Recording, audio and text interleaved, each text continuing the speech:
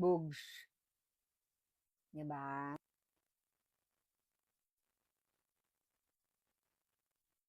Strong independent na to. Kanina independent lang. Ngayon, strong independent woman.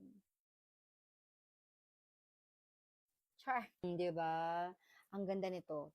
Pwede siyang pang matte finish para more on natural lang siya. Pwede rin siyang glossy, mas healthier ang dating. Sa lahat ng shade na pinakita ko sa inyo guys, ito yung pinaka-favorite ko, si T04. At the same time kasi gusto ko siya dahil yung shade niya parang sobrang perfect niya for me and hindi siya more of parang pa-cute lang or medyo pa-demure, pa-bagets, ganon. Hindi, kasi hindi naman ako bagets, no? Anyways, I love these 4 shades, pero syempre, depende yun sa klase ng makeup nyo. But yeah, so depende rin to, syempre, sa pag-apply nyo kung gano'ng kakapal. But, ayan siya. Ang ganda talaga nito. Char. Ayun lang, guys. Share ko lang din sa inyo kasi baka bet nyo rin. 'Di ba?